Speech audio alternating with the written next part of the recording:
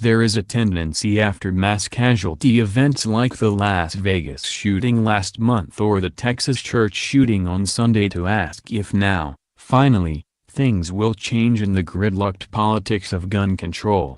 The answer to that question is, always, no. And there's a very simple reason why, as explained by President Donald Trump when asked at a news conference in Japan about the Texas shooting that left at least 26 people dead.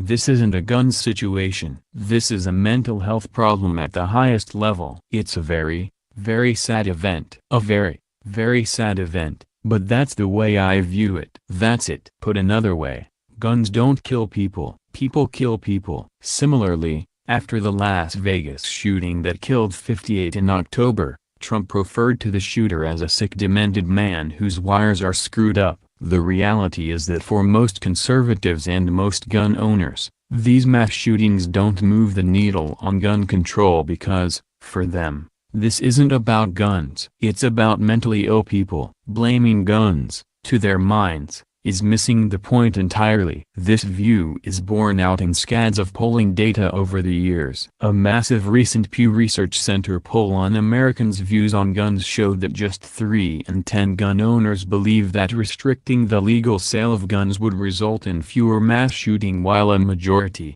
56%, of non-gun owners believe that would be the effect. Another fascinating number from that poll: 54% of gun owners believe there would be less crime in the country if more people owned guns. The disconnect between gun rights supporters and gun control advocates in this regard is absolutely vast. For gun control backers, there is a direct link between the number of guns in the country, the strength of the National Rifle Association's lobbying efforts to keep any further gun restrictions from becoming law, and the number of mass shootings in the country.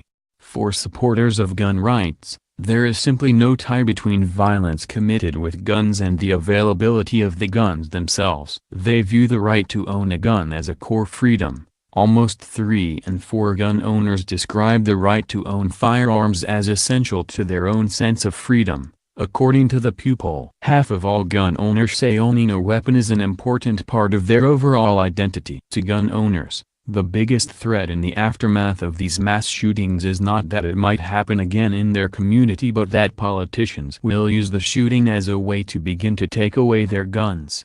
As evidence, they will note that the shooter in the Texas case was denied a gun license. How was it that he was able to get a gun? Asked Texas Gov. Greg Abbott, a Republican, during an appearance on CNN's New Day Monday. By all the facts that we seem to know, he was not supposed to have access to a gun. Donald Trump Jr. was more blunt on Twitter. Psycho W. Illegal gun kills many, taken down my law-abiding citizen W. Gun. Which one of these would be out of the equation? W. More gun control. On guns, like so many other issues in the country these days, the two parties are not only talking past one another, they seem to be speaking entirely different languages.